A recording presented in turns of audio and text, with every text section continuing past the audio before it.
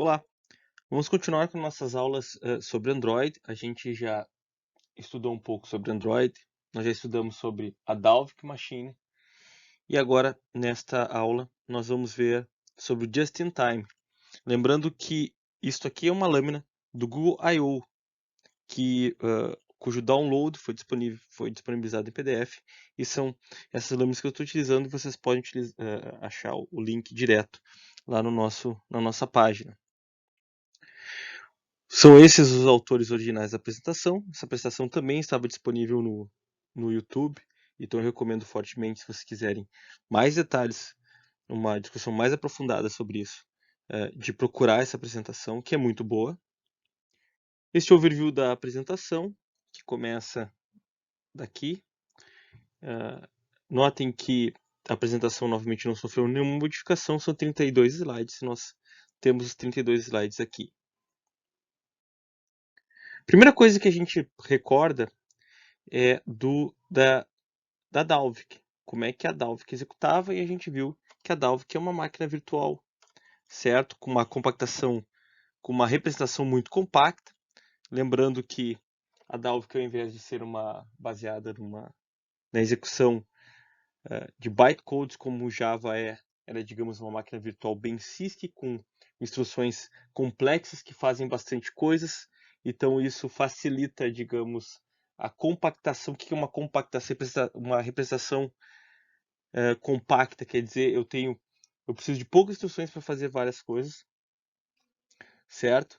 E a gente viu também que há muita ênfase em segurança, nós vimos isso na última aula, e também em compartilhamento de código de dados. Para quê?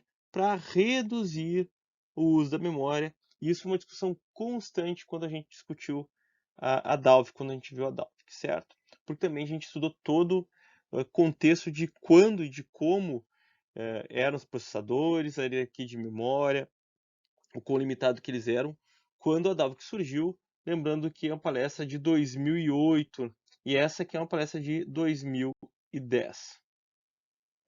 Isso aqui é uma recapitulação de como o interpretador Dalvik funcionava. Vamos lembrar um pouquinho. Nós temos uma aplicação, certo? E essa aplicação, ela passa pela Dalvik, e a Dalvik interpreta para o meu processador. A grande vantagem disso é que nós temos que escrever a aplicação apenas uma vez, e se nós temos uma Dalvik implementada, por exemplo, para o x86, essa aplicação vai rodar. Se nós temos uma Dalvik implementada para o ARM, essa aplicação vai rodar sem eu modificar a aplicação, certo? Então essa é a grande vantagem da utilização da Dalvik, e a gente lembra, na aula de Android, a gente falou muito do contexto que a Alliance surgiu. Quando o Android surgiu, isso também foi uma coisa que teve pouca opção de ser feita. Quer dizer, o Android ele tinha de alguma maneira de suportar várias plataformas, talvez essa fosse a maneira mais inteligente à época, que fazia mais sentido. Mas olha que interessante, vocês lembrarem da apresentação de Dalvik, falava muitas coisas, que Dalvik era, a gente viu na aula também, então era fortemente otimizada, certo? Então gastava muito pouco tempo considerando que era um interpretador, que as bibliotecas nativas, que são críticas tanto do sistema operacional quanto da Dalvik, elas são compiladas nativamente. Isso eu expliquei também na outra aula, quer dizer, quando eu tenho uma chamada de biblioteca na minha aplicação, essa chamada de biblioteca, ela vai, vou tirar aqui a minha aplicação, vamos usar aqui em cima, ela vai ser executada numa biblioteca que já está compilada diretamente para a máquina-alvo. E o sistema operacional, obviamente, o Android também já está compilado. Então, qualquer chamada de sistema operacional ou chamada de biblioteca vai ser executado em código nativo. Good enough para a maioria das aplicações. Então, esse era o claim principal deles, que todas as aplicações mais ou menos se comportariam dessa maneira. E quando não houvesse jeito, quer dizer, eu tinha uma aplicação que fazia pouco uso da biblioteca do sistema operacional, eu poderia ainda usar o JNI, que é o Java Native Interface, tá? Então, aqui o Android Native Development Kit, que é a JNI. Só que o tempo mostrou é que tem muitas aplicações que não caem nisso. O professor não poderia usar o JNI? Poderia, mas o JNI a gente tem que mais uma coisa para programar, e o JNI também tem um outro porém, que é o tempo gasto com o contexto. É que nem usar GPU. Existe um tempo gasto de memória, que eu faço transferência de memória para um lado, executo otimizado e faço transferência dos dados de novo, e às vezes, se a granularidade do código é muito fina, quer dizer, eu tenho pouco código para otimizar, ou esse código eu tenho que otimizar esparso, quer dizer, eu chamo JNI, volto, chamo, volto. Não adianta eu também usar JNI, que não vai me trazer ganhos. Então, o JNI tem basicamente duas características. Primeiro, eu tenho que programar mais, isso é sempre um problema. E segundo é que nem sempre vai me trazer ganhos. Tá? Nós temos experimentos no grupo, inclusive, que mostram isso aí. Então, para isso que serve o Just-in-Time Compiler. Para explicar essa lâmina, primeiro eu tenho que falar um pouquinho de como funciona o Just-in-Time. O que é o Just-in-Time? Então, imaginem que eu tinha uma aplicação, e a minha aplicação ela era interpretada pela Dalvik. Quer dizer, toda vez a Dalvik lia a minha aplicação e interpretava, transformava as instruções do DEX, do código de execução escrito em Dalvik, para o meu processador, certo? Então isso é o interpretador. O que é Just-in-Time? Gente, Just-in-Time, na verdade, tem vários tipos de Just-in-Time. Genericamente falando, é quando eu transformo meu código, geralmente em tempo de execução. Para quê? Para executar numa outra plataforma ou simplesmente para otimizar o código. Então, não necessariamente eu vou transformar, porque aqui eu tenho um objeto e aqui eu vou transformar em outro executável. Não necessariamente o Just-in-Time faz isso. Ele pode pegar um código e simplesmente otimizá-lo. Por exemplo, o Just-in-Time do Java, a máquina virtual do Java, ele faz as duas coisas. Ele transforma o código e otimiza o código, certo? Muitos na academia chamam isso, o Just-in-Time, de um tipo de tradutor binário, de Binary Translator. Qual é a vantagem do Just-in-Time? Como é que funciona? Eu peguei um código que é recorrente, esse pedacinho verde aqui, ele é executado muitas vezes. Então, ao invés de ficar sempre traduzindo, o que o Just-in-Time faz? Ele traduz, depois que ele vê que o código é recorrente, usando alguma política qualquer, ele vai gravar na memória,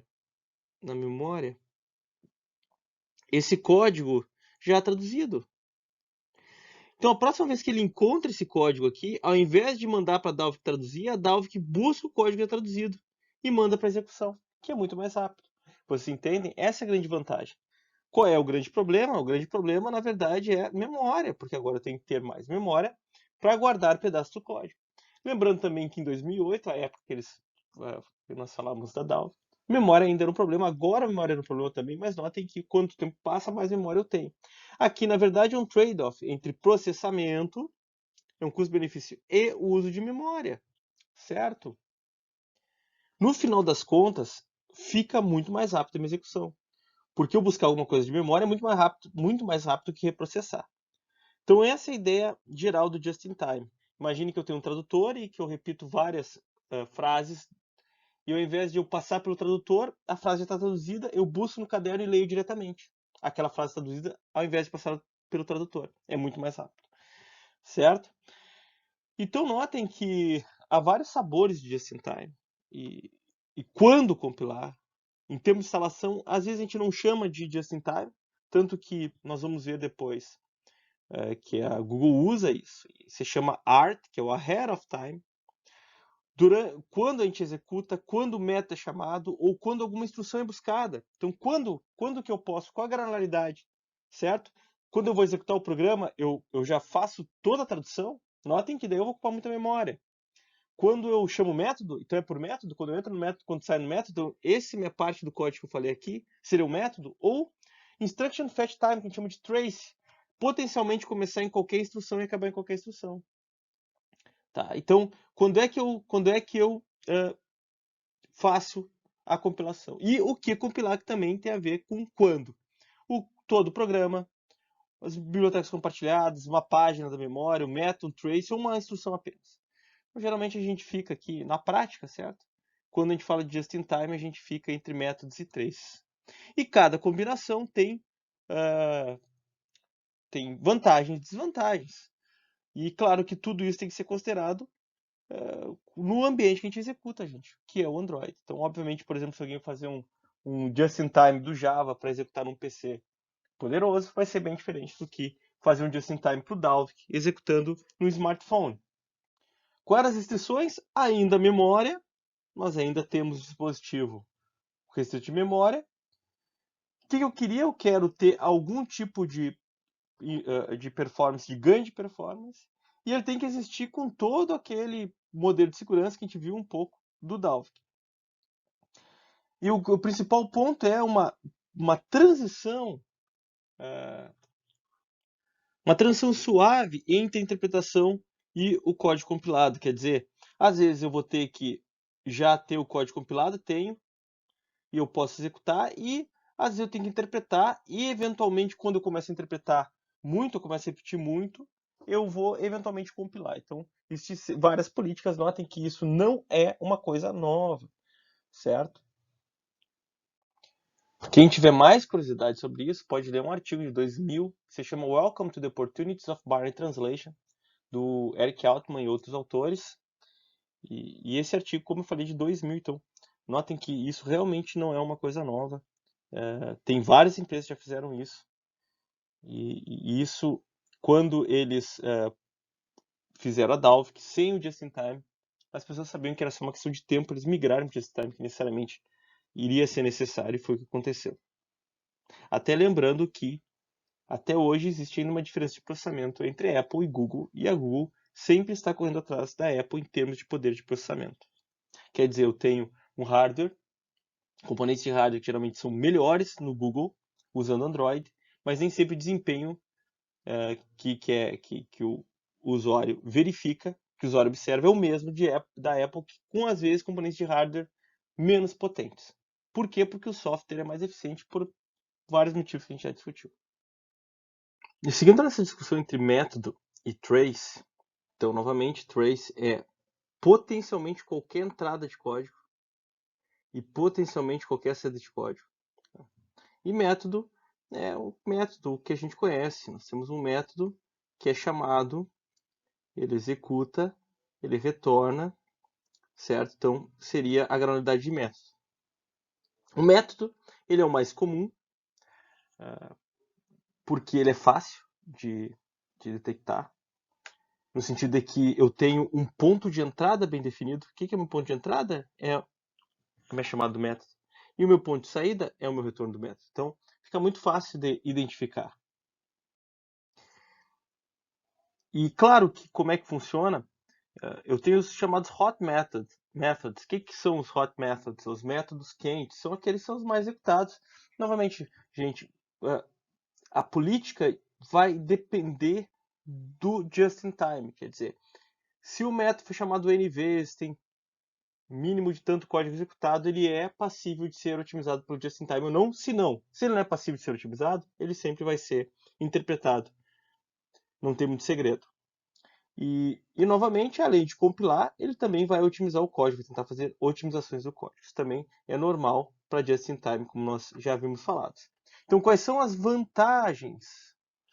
Tem uma otimização grande, por quê? Porque notem que eu tenho um código grande, eu tenho chances de otimizar esse código, porque é um código potencialmente grande, o tamanho do método. E como eu havia falado antes, eu tenho as barreiras bem definidas, as barreiras ou as bordas bem definidas. Por quê? Porque eu tenho apenas um ponto de entrada e um ponto de saída. Qual é as fraquezas? Quais são as desvantagens? Código frio. O que isso quer dizer, gente? Imagine que eu tenho um método, eu tenho um if-else, certo? E está tudo dentro do meu método. E digamos que esse if entra em 99,9% das vezes. Entra no if. O que eu estou fazendo quando eu estou executando na granularidade do método? Quer dizer, eu estou sempre fazendo just-in-time de todo o método. Esse else aqui, que nunca é executado, também vai ter que ser compilado e guardado na memória. Então, claro que o uso de memória é maior, tanto durante a compilação quanto a otimização. Então, além de eu usar mais memória porque eu tenho que guardar isso aqui, todo o método, mesmo que eu tenha partes do código que não são muito executadas, eu ainda vou gastar mais memória. Por quê? Porque a própria compilação e a otimização, o programa que executa a compilação e a otimização, o just-in-time, ele também vai gastar mais memória. Por quê? Porque ele vai ter que agir em mais código, certo? E como o código ele potencialmente é grande, eu tenho um delay maior entre o ponto que o método se transforma em quente e o ponto que o método compilado e otimizado apresenta benefícios. Que é isso? Eu tenho um tempo que eu vejo se o método é hot. Depois eu tenho um processamento que eu gasto otimizando aquele método. Depois esse método tem que ser executado durante um bom tempo para amortizar este custo aqui de processamento, de memória, que eu gastei otimizando esse mesmo método. Você entende? Então, este custo é intrinsecamente maior quando a gente fala de métodos. Em contrapartida, nós temos o trace. Como eu falei, potencialmente qualquer sequência de instruções que, quando eu tenho código mais de baixo nível, ou quando eu quero ter um overhead mais baixo, é o mais comum, certo? E uma coisa que é importante dizer, e isso vai estar nas fraquezas, é que é muito complicado saber qual é o ponto de entrada certo, qual é o ponto de saída. Quer dizer, qual a instrução que eu começo, qual a instrução que eu acabo. Então, geralmente pode-se usar algumas simplificações, como por exemplo, o label de um branch pode ser um bom ponto de entrada para um trace, não potencialmente qualquer instrução, certo? Aqui ele fala também que uma coisa chamada chain, que a gente vai ver que nada mais é que encadeamento. Eu tenho um código que foi traduzido, que eu vi que era hot code, depois, aqui é uma continuação, esse código é uma continuação desse. Depois eu traduzi esse código.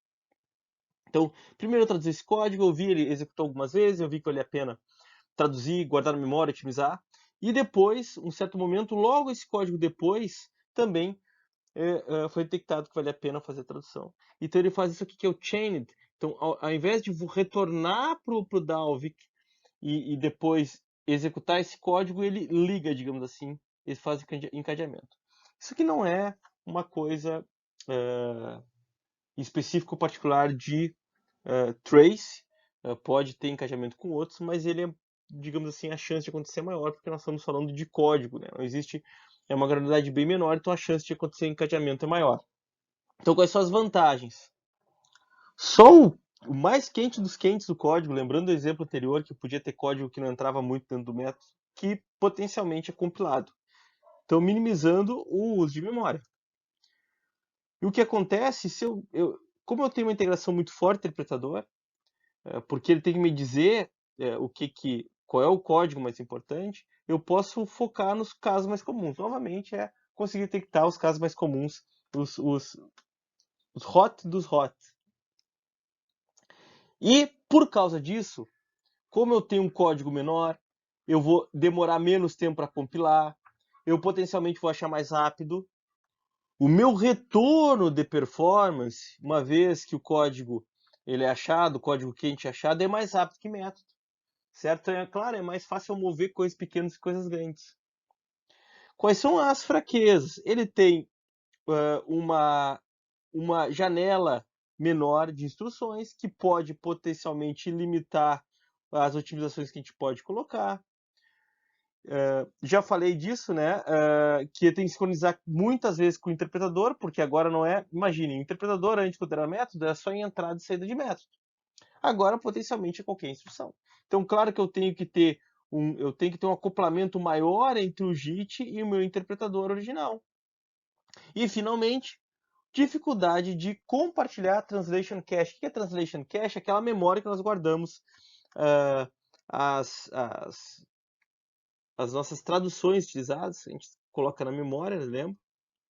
E essa parte da memória a gente coloca as traduções, se chama Translation Cache. Isso é uma nomenclatura, inclusive, de Binary Translation, que vocês acham naquele artigo que eu indiquei. E claro que quando eu tenho código, pequenos pedaços de código, ao invés de métodos, por exemplo, dificulta, por exemplo, o compartilhamento de traduções entre processos. Imaginem que eu tenho duas threads executando, por exemplo, uma JIT executando aqui, outra JIT executando aqui, eu tenho o mesmo código que já foi traduzido, potencialmente não precisa traduzir aqui também. Mas como eu tenho que, no nível da instrução, o meu ponto de entrada e ponto de saída são instruções, é mais difícil eu achar essa equivalência aqui entre códigos, entre dois processos.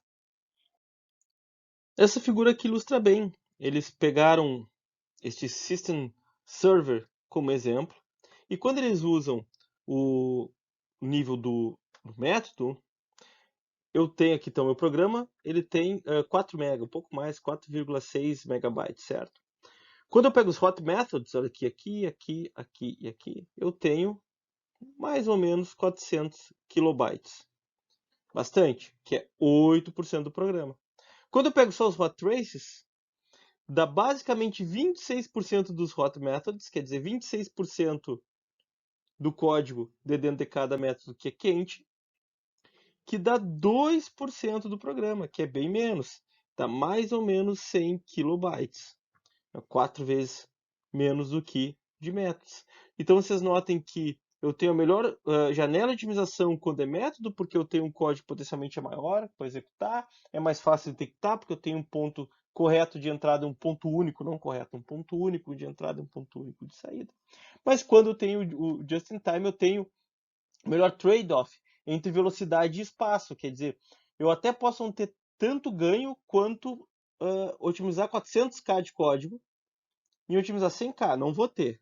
Obviamente que a otimização, no final das contas, do método, provavelmente vai trazer uma otimização melhor do que de 3 apenas. Mas o custo-benefício entre espaço e desempenho trazido é obviamente melhor que o do Trace, porque o método não vai ser 4 vezes mais rápido que o Trace, vocês entendem? Então, é muito interessante isso aqui, é muito legal. Então, novamente, não é uma coisa nova e é uma coisa que foi implementada na Dalvik por causa de desempenho. E a pergunta fundamental é: para que lado que a Google foi? Na época, então, a Google ela ainda estava preocupada em memória, ela ainda estava preocupada em dar retornos rápidos e desempenho, e para isso ela foi com Trace, que dá o melhor custo-benefício entre desempenho e memória. E o que é dar um desempenho rápido, certo? Por quê? Porque o usuário ele pode desistir da aplicação se ele espera muito tempo pelo JIT. Quer dizer, quando maior o código, que é o caso do método, mais tempo ele vai ter que executar até o just-in-time perceber que o código tem que ser otimizado. Quando eu uso trace, esse tempo é menor. E aí eu consigo já otimizar o código mais rapidamente. E eles falam, por exemplo, que no futuro eles podem suplementar o uso, o just-in-time com método. Então, os dois estilos podem coexistir, e que, por exemplo, o smartphone, o mobile device, o tablet, ele pode se comportar mais com o servidor quando ele está plugado, né? Quando ele tem, digamos, energia infinita. Então, poderia, por exemplo, pegar o melhor dos dois mundos, fazer um trace JIT quando está executando a bateria e fazer um just-in-time com métodos quando está em background durante o carregamento. E a gente vai ver depois com o Ahead of Time que eles foram para uma direção parecida com essa, que eles já pensavam em 2010. O Ahead of Time é bem mais novo que isso. Esse aqui é uma coisa bem legal, porque isso aqui mostra o flow, como é que funciona o just in time, certo? E novamente isso aqui não é uma coisa nova. Se você abrir artigos, papers de tradutores Barry Translators famosos, vocês vão ver que a nomenclatura é muito parecida. Por exemplo, o uso de translation cache, chegou no threshold, né, para binary translation, o uso de encadeamento, tudo isso é muito parecido. Inclusive esse flow aqui, ele também é muito parecido. Então, como é que funciona? Cheguei no método, perdão, no trace. Nós estamos falando agora de trace, certo? Então cheguei numa instrução que potencialmente pode começar num trace, que o Dalvik é baseado em trace. Chegou no limite, qual o limite? Por exemplo, N vezes executou aquele código, aquele pedaço de código. Se ele chegou nesse limite, legal. O que vai acontecer? Ele vai verificar se a tradução existe. Então notem que para cada potencial entrada de um trace eu tenho que ter um contador, uma tabela contando para aquele contador. Se a tradução existe, gente, o que eu faço? Eu vou na Translation Cache, pego o meu código e executo sem interpretar. Certo? Se a tradução não existe, se a tradução não existe, então estamos aqui, não existe tradução, tá? Tinha ido para o lado errado. O que eu faço? Eu vou interpretar, porque o usuário tem que executar aquilo, mas como eu já cheguei no meu limite, quer dizer, o meu contador está me avisando que potencialmente esse é um código bastante repetido, e como é um código que foi repetido bastante em um determinado período de tempo, a probabilidade de ele repetir bastante no futuro é grande, eu vou fazer um trace request, ó, e mandar para o compiler thread, quer dizer, eu vou fazer o just-in-time dele, e vou colocar na translation cache da próxima vez que ele for executado. Então, da próxima vez que ele for executado, ele vai entrar no threshold e vai entrar no que a gente falou antes. A tradução vai existir e vai direto na translation cache. Entenderam? O que acontece quando eu não cheguei no threshold? Nada. Basicamente, quando eu não cheguei no threshold, não cheguei no limite, eu pego, interpreto o código, obviamente, porque aquele código ele não está na translation cache. Eu tenho que interpretar o código e eu incremento meu contador. Até, eventualmente, se eu começo a repetir muito código, mesmo código, o meu threshold vai chegar no limite daquele código ser um candidato à interpretação, e aí ele vai fazer esse caminho aqui, vai interpretar, vai gerar o código e gravar, e a próxima vez que o mesmo código aparecer, ele vai ter passado o threshold e ele vai existir na translation cache. Certo? O que vocês estão vendo aqui? Vocês estão vendo isso aqui, ó. Isso aqui é o chaining. Isso significa que ele traduziu um pedaço de código e, eventualmente, depois ele viu que um outro código, que imaginem que eu tenho, vamos falar de MIPS aqui, um back, né? Um pulo que pode ser falso ou ele pode ser verdadeiro. Então ele pode ser falso ou ele pode ser verdadeiro.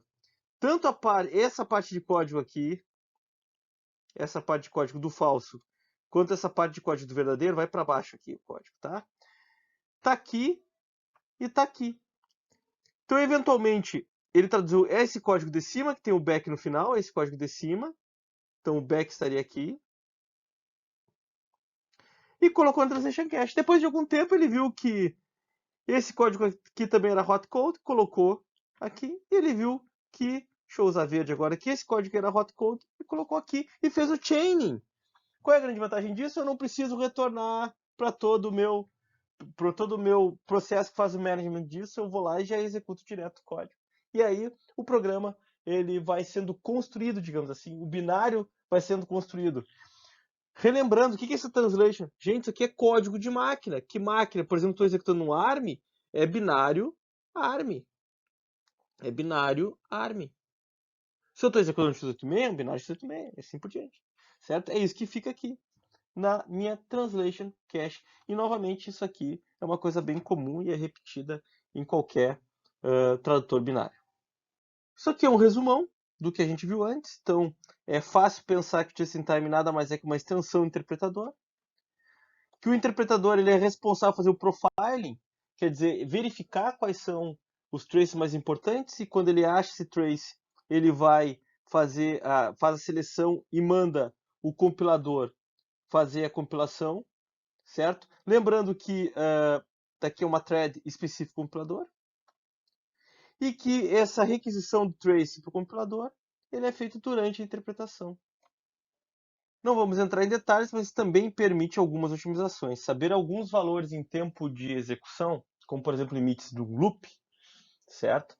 Permite que a gente consiga fazer otimizações que um compilador estaticamente não conseguiria compilar. E finalmente, como eu expliquei antes também, nós podemos fazer encadear traces na translation cache quando possível. Quais são as características da Dalvik Just-in-Time?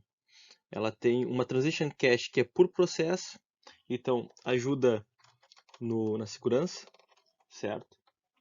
Ela tem traces simples, que são geralmente de 1 a 2 basic blocks. O que é um basic block? Bem genericamente falando, imagine que eu tenho uma sequência de instruções e um basic block é uma sequência de instruções que eu tenho um único ponto de entrada e um único ponto de saída. Então, geralmente, o ponto de saída é uma instrução de controle, que pode ser um jump ou um back. E o meu ponto de entrada, ele é um rótulo. Geralmente, ele é um rótulo de destino. Ou o início de uma instrução depois do basic block anterior da instrução de controle. Geralmente o que quebra então o basic block é a instrução de controle ou o rótulo para onde a instrução de controle pula. Então notem que programas têm em média 5, 6, 7 basic blocks. Então os traces devem ter o quê? Ter 12, 14 instruções. Então é bem pouca coisa. Notem que também são feitas coisas como local optimization, como por exemplo register promotion, que basicamente é deixar alguns valores que vão ser utilizados para evitar load store, deixar no registrador, ou eliminação de load store. Então, se eu dou store e dou um load no mesmo valor, eu consiga talvez eliminar algumas instruções. E assim por diante, fazer scheduling mais esperto. E algumas otimizações de loop, como por exemplo, mover código que não varia. Então, se eu tenho um código que não varia e está dentro do loop, ao invés de ele executar várias vezes, ele pode ser executado uma vez só. E eu posso fazer isso também. Ou finalmente otimizações em induction variables, que são basicamente variáveis que são incrementadas e decrementadas por uma quantidade fixa dentro do loop. Mas enfim, isso aqui tudo são otimizações que são interessantes de just-in-time. Como eu falei antes, algumas otimizações são apenas possíveis com informações dinâmicas, quer dizer, informações de tempo de execução, certo? Quando a gente faz, por exemplo, load store, elimination, otimizações de load store, é muito importante a gente saber para onde que aponta, qual o ponteiro do load store, para poder fazer otimizações em cima deles. E esse tipo de coisa, muitas vezes, só é sabido em tempo de execução, ou na maioria das vezes, o caso, só é sabido em tempo de execução. Então, esse é o tipo de otimização que um just-in-time consegue fazer e que um compilador convencional estático não conseguiria. Ou de maneira mais eficiente, né, com mais informações para ser feitas. Não é que não conseguiria, mas conseguiria fazer menos otimizações desse tipo do que um just-in-time. E aqui nós vemos um conjunto de benchmarks, são os benchmarks, certo? No eixo X, são os mesmos benchmarks embaixo. E nós temos em cima o speedup, quer dizer, o quanto de desempenho que a aplicação ganhou executando o Nexus One, celular da época. Então notem que é impressionante. Nós temos entre 4 e 6 vezes aqui, a maioria das aplicações, essa aqui que é o pior, ou talvez o menos melhor, de 2.2. E aqui nós temos o uso de memória em kilobytes. Olha só, menos de 100K para a maioria. E esse aqui é interessante, eu gostaria que vocês analisassem comigo este aqui. Por que esse aqui é interessante? Notem o que está acontecendo aqui, gente. Isso aí não é um problema do just-in-time, é uma característica do just-in-time. Esse benchmark P, o que acontece? Provavelmente ele tem muito código, ou ele executa muito código, ou partes diferentes desse código. Poucas vezes, ele executa muito código, poucas vezes. É o contrário daquela regra que 10% do código gasta 90% em tempo de execução. Então o que acontece? Isso é o contrário. Eu tenho muito código a ser otimizado, ele passa poucas vezes por esses códigos, certo? O que acontece? Eu tenho que gastar muita memória para guardar esses traces otimizados que não vão ser executados de maneira tão recorrente assim. Qual é o resultado disso? Eu tenho ganhos não tão grande quanto os outros e eu tenho uma ocupação de memória bem maior. Isso é muito importante vocês saberem, gente, porque não serve apenas para DAO. Toda aplicação que executa, por exemplo, vamos pegar o Java como exemplo, executa sobre algum tipo de interpretador ou máquina virtual e faz algum tipo de compilação dinâmica, otimização dinâmica, ela depende muito da recorrência do código. Em outras palavras, depende muito de se o código vai ser muito repetido ou não. Se o código é muito repetido, não adianta eu otimizar todo o código, porque se eu não vou chegar naquela parte otimizada do código, talvez eu gaste mais tempo otimizando o código do que ganhando tempo executando o código otimizado. Certo? Então, novamente, isso é uma característica geral de just-in-time, de compiladores just-in-time, que é importante vocês saberem. Então, às vezes nós vemos uma comparação entre C++ versus Java, por exemplo, e aí a gente vê que o Java ganha. E aí nós vemos lá que, na verdade, o benchmark é um loop for qualquer, que repete milhões de vezes um código, certo? O que que aconteceu? Lá no iniciozinho, o Java otimizou com informações de tempo de execução que o compilador do C++ não tinha. E conseguiu chegar a um código final melhor que o do C++. Então ele gastou tempo interpretando e gastou tempo recompilando. Só que como é só um loop, um ou poucos loops, e executou por muito tempo, todo esse tempo que ele gastou recompilando e otimizando foi super amortizado pelas milhões de execuções que teve depois do programa. E o Java acabou ganhando C++. É neste caso que Java ganha C++ que a gente vê algumas comparações. Mas pegar um programa, um parser, por exemplo, que tem muito if else, que é muito difícil para just in time, fica similar a esse tipo de característica aqui, é muito difícil o Java ganhar de C++. Então, tem que cuidar quando a gente vê esse tipo de comparação para ver como é que funciona, porque alguns falam que Java é mais rápido que C++. Não pode, gente. Java tem uma camada de interpretação adicional e geralmente ele vai ser mais lento que C++, a não ser em programas específicos ou benchmarks sintéticos que tem loops muito grandes, que código é muito recorrentemente uh, uh, executado, e mais ainda, que tem muita informação que pode ser usada apenas em termos de execução pelo just-in-time para fazer otimizações que o compilador C++ e estaticamente não poderia fazer, certo? Aqui eles falam de algumas direções futuras, como extensão do trace, fazer o method inlining, que basicamente isso aqui é uma utilização de compilador, né? Pegar, ao invés de ter a chamada do método, tu coloca o código do método no lugar de chamada, e assim por diante. Não vamos entrar em detalhes, isso ele fala, né? Turning, more turning, quer dizer, ir melhorando sempre. Essa lâmina aqui eu deixei porque, como eu falei antes, eu vou deixar na íntegra e eu não vou entrar em muitos detalhes. Eu só vou falar do problema genérico de tradutores binários em geral, que é como manter a coerência e corretude de execução. Então, quando eu estou tratando de tradutores binários que trabalham mais perto do sistema operacional, eles têm muito problema em como executar uma interrupção. Imaginem que eu tenho um código, eu tenho uma interrupção aqui no código, e esse código ele foi traduzido, certo? Então, essa parte aqui equivale a essa parte do código, e essa parte depois equivale a essa parte do código, e teoricamente tem opções seria aqui. Mas de repente o just-in-time ele fez uma otimização e colocou uma parte do código para cá e outra parte do código para cá. Como é que fica quando acontece uma interrupção? Então tem várias soluções na academia, como por exemplo fazer rollback. Quando acontece uma interrupção, eu tenho um checkpoint, eu retorno e executo, ao invés de executar o código compilado, eu executo o código nativo. No mesmo caso, para depuração. Como é que eu faço uma depuração num programa e vejo as variáveis, os valores das variáveis, onde está o meu program counter, de um programa que passou por just-in-time? Porque a minha depuração é feita a partir do meu código original, mas eu estou executando o meu código otimizado e modificado. Certo? Então, basicamente, a discussão ela passa muito por isso aqui. Isso aqui é um exemplo de quando que o just-in-time é bom e quando o just-in-time não serve para nada. E o primeiro exemplo é esse jogo, se chama Robot Defense, certo? Então, muitas ações, muita ação, mas se notem que é um jogo gráfico. Então, basicamente é gráfico e vamos ver o que vai acontecer aqui. Olha que interessante. O que acontece aqui, gente? O que é executado na Dalvik? Isso aqui.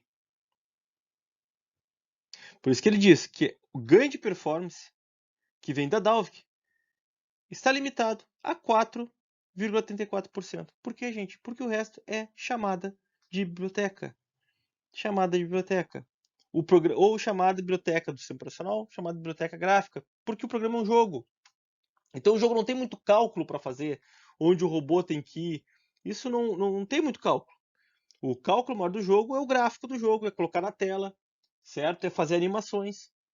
E esse código aqui, ó, a gente já viu, ele já está compilado, digamos, já está compilado para o ARM. Então, potencialmente falando, esse benchmark aqui vai oferecer poucos ganhos. Por quê? Porque imagine que eu tenha um ganho de 4 vezes aqui na minha da minha Dalvik usando just in time, certo? Esse ganho de 4 vezes está limitado a apenas 4,34% do código. Por quê? Porque é o código que é executado da Dalvik, que é interpretado na Dalvik. O resto é tudo biblioteca. Agora, vamos ver outra coisa. Olha só. Nós temos um programa de damas. E o que o programa de damas faz? O que pelo menos quando a gente está jogando contra um programa de damas faz? Ele faz o cálculo de onde ele tem que fazer movimentação. E esse cálculo, gente, é código Java. Obviamente, por isso que ele fala just in time, adora esse tipo de coisa. Por quê? Porque ele não está gastando, o resto do gráfico todo está parado, ele não está gastando processamento com gráfico, ele está gastando processamento para calcular qual é a próxima posição da peça. E aqui tem 5,4 vezes de speedup, certo? Vamos ver isso aqui na vida real? Olha só, 93% mais isso aqui também. Isso aqui, tudo é executado de Dalvik, otimização da Dalvik. Olha só, isso aqui é 93, quase 94%, 93,57% Dalvik Just-in-Time Code Cache. Porque tudo isso aqui veio da minha cache do Just-in-Time. Novamente, porque eu tenho o meu programa escrito em Java e ao invés de ficar chamando bibliotecas que já estão compiladas para minha máquina destino e que por consequência não teria nenhuma vantagem eu colocar just in time, porque elas já estão compiladas. Nesse caso aqui eu não tenho isso. Nesse caso eu executo muito código dentro do meu código Java, que passaria para o interpretador da Dalvik e que ganha muito com just in time. Então, novamente, isso é uma outra característica de qualquer linguagem interpretada, gente. Interpretada ou que tem algum tipo de máquina virtual executando. Vai depender muito se tem muito chamado de sistema. Java é a mesma coisa. Se tem muito chamado de sistema, não vai adiantar. Java, eu digo, usando a JVM. Muito chamado de sistema, tu tem pouco espaço para otimização. Sempre nós temos que usar, a gente sempre tem de usar profile para verificar, para monitorar o ambiente. Monitorar o ambiente sempre é muito importante. Vamos continuar, porque tem mais uma lâmina de dados que é interessante eu mostrar para vocês. E essa lâmina fala do System Server, que é aquele primeiro exemplo que a gente mostrou lá no início da aula, 20 minutos após o boot. Houve quase 10 mil compilações que ocuparam mais ou menos 800 kilobytes de dados. Então, nós temos 80 bytes por compilação. O que isso quer dizer? Que me resultou em código nativo. Aqui ele relembra a comparação que ele fez, que a gente mostrou do nosso exemplo, quando a gente estava usando trace ou método. Então, trace é 103K, que é o que ele usa, ou método 400K. Então, basicamente, a gente foi de 103K de trace para quase 800K do código compilado. E aqui está o tempo total de compilação. Ele gastou 6.000 milissegundos, o que não é pouco, certo? Mas se a gente verificar aqui que isso foi 20 minutos depois do boot, nós gastamos 6 segundos. Então notem também que tem um trade-off aí do tempo de compilação, que não é insignificante, mas vai depender muito também do tempo de execução do programa. Claro que quando a gente está executando alguma coisa no aplicativo, a gente tem bem menos tempo que isso, né? Então também isso é muito importante. E isso foi um dos motivos também do porquê que a Google foi para o ART, para o Ahead of Time, que nós vamos conversar na próxima aula. A partir daqui nós temos alguns dados de profiling e outros dados de debug, que eu não vou entrar em detalhes, mas eu vou deixar aqui as lâminas, porque eu vou manter as lâminas originais, conforme eu havia falado anteriormente. E aqui a gente acaba a nossa aula. Próxima aula, nós vamos ver a evolução do Just in Time, que é o Ahead of Time.